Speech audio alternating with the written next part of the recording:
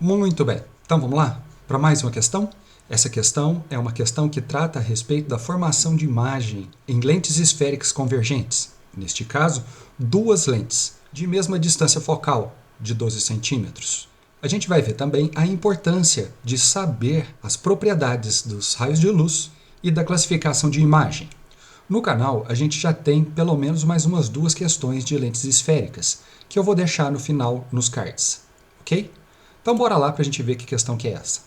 A figura mostra duas lentes esféricas, delgadas, convergentes e de distâncias focais iguais a 12 centímetros. Delgadas significa que elas são estreitas, tá bom? Bem fininhas, cujos eixos principais são coincidentes, e um objeto luminoso P colocado sobre o eixo principal das lentes. Sabe-se que o objeto se encontra a 20 centímetros da lente L1, a qual está a 40 centímetros da lente L2. A imagem do objeto P, conjugada pela lente L1, encontra-se entre duas lentes e se comporta como objeto P' para a lente L2. Ele não era obrigado a te falar isso, tá bom? Na hora que você está montando um exercício, você já perceberia isso, tá bom? É por isso que eu grifei isso aí de amarelo. Assim, a imagem de P', conjugada pela lente L2, está localizada. Então, ele quer saber onde é formada a imagem da segunda lente, ok? Nós já sabemos que elas são idênticas e são lentes convergentes. Num exercício de ótica geométrica, são os pontos notáveis. Que pontos notáveis são esses? É o ponto antiprincipal objeto das duas lentes, o foco objeto das duas lentes, o centro óptico, o foco imagem das lentes 1 e 2 e o ponto antiprincipal imagem das lentes 1 e 2. Por causa do tamanho do desenho, não foi possível colocar o desenho do ponto antiprincipal imagem da segunda lente, tá bom? Porque não coube e ela não vai ser necessária no exercício também. Quais são as propriedades dos raios de luz que a gente vai utilizar? Todo raio de luz que incide paralelamente ao eixo principal, ele tem que refratar passando pelo foco imagem. E todo raio de luz que incide sobre o centro óptico, ele refrata sem sofrer desvios. Essas são as propriedades que você precisa saber. Então, olha só. Quanto à classificação da imagem, olha o que acontece. Aonde que está posicionado esse objeto? Ele está entre o ponto antiprincipal objeto e o foco. Qual é o tipo de imagem que ele vai formar? Então, eu já sei de cor que a minha imagem formada será ela real, invertida e maior que o objeto. Tudo porque eu sei a posição aonde o objeto está feito. Será que vai bater a hora que eu colocar as propriedades dos raios de luz? Então vamos ver? Todo raio de luz que incide paralelamente ao eixo principal refrata passando pelo foco. E todo raio de luz que incide sobre o centro óptico, ele refrata sem sofrer desvios. Aonde você tem o cruzamento das duas linhas, dos dois raios de luz, então você tem a formação da sua imagem. Ok? Então beleza. A primeira parte, referente à lente L1, está feito. E agora? O que eu tenho que fazer? Ele até disse no enunciado lá atrás que eu tinha marcado, lembra? A minha imagem formada pela lente L1 será o objeto da lente L2. Então agora eu vou fazer um novo desenho para a gente montar a imagem formada para esse novo objeto, para a lente L2.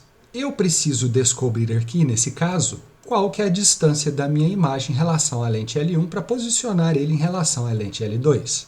Geometricamente, ele caiu nessa posição. Que posição que é essa? Entre o foco, objeto, e o centro óptico. Ora, se eu sei que a posição é essa, qual é a classificação da minha imagem? Virtual, direita e maior que o objeto. Será que é isso mesmo? Então vamos lá, hein?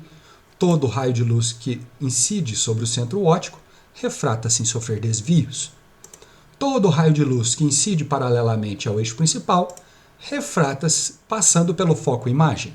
Se você perceber, esses dois raios de luz eles são divergentes entre si. Então eles não vão se encontrar, mesmo que você prolongue eles para lá. Então você tem que fazer um prolongamento para trás. Então está aqui o prolongamento do raio vermelho e o prolongamento do raio cinza. Onde os dois se cruzarem, eu tenho a formação da minha nova imagem. Então vamos ver? Ela é virtual. Por que ela é virtual? Porque ela é formada pelos prolongamentos dos raios de luz e não pelo próprio raio de luz, porque os próprios raios de luz não vão se encontrar se você continuar desenhando eles. Eles são divergentes, eles estão afastando um do outro. Direita.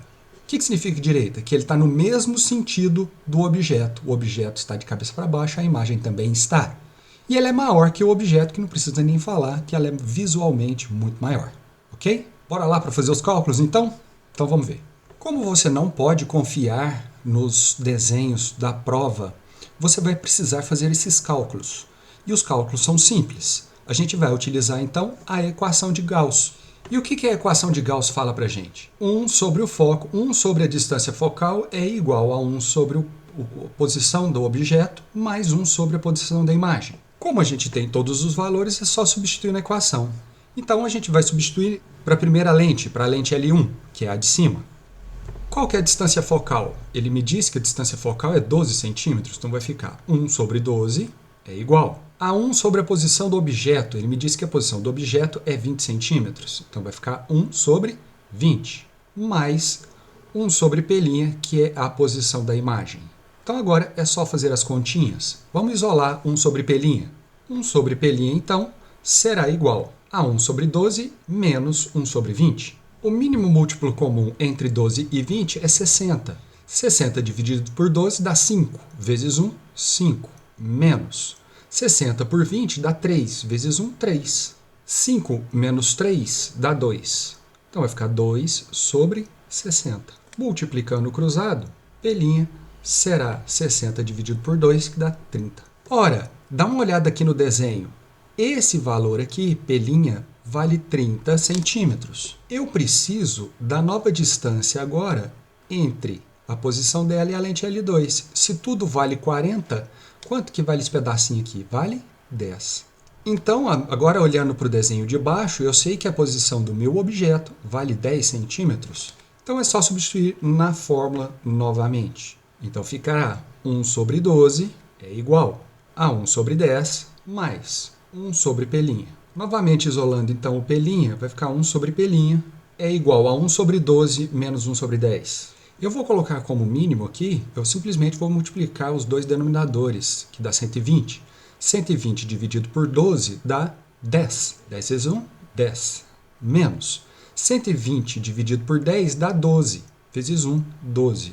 Então, 1 sobre pelinha vai ser menos 2 dividido por 120. Então, meu pelinha vai ser 120 dividido por 2, que vai ser menos 60. O quê? Centímetros. Pronto. Menos 60 centímetros significa que a imagem está na frente da minha lente, logo na mesma posição de P. Conseguiram enxergar aí no desenho? Eu consegui provar que tanto pelo método geométrico e tanto pelo método matemático, eles têm que coincidirem. Uma coisa importante é... Aí você fala assim, professor, mas como que eu vou fazer na prova? Eu indico você fazer o método matemático, porque você não pode garantir que o desenho dele está correto, tá? A menos que ele fale no enunciado que você pode utilizar o desenho porque ele está nas proporções corretas. Fechou? Então bora lá para a gente ver qual a alternativa. Letra A não pode ser à esquerda do objeto P, na mesma posição que se encontra o objeto P. Letra B de bola. Certo? Fechou? Pessoal, essa era a questão que eu queria trazer para vocês. Se alguém tiver alguma dúvida, deixem aí nos comentários. Se você gostou, deixe o seu like, compartilha. Um grande abraço para vocês. Até mais. Tchau, tchau.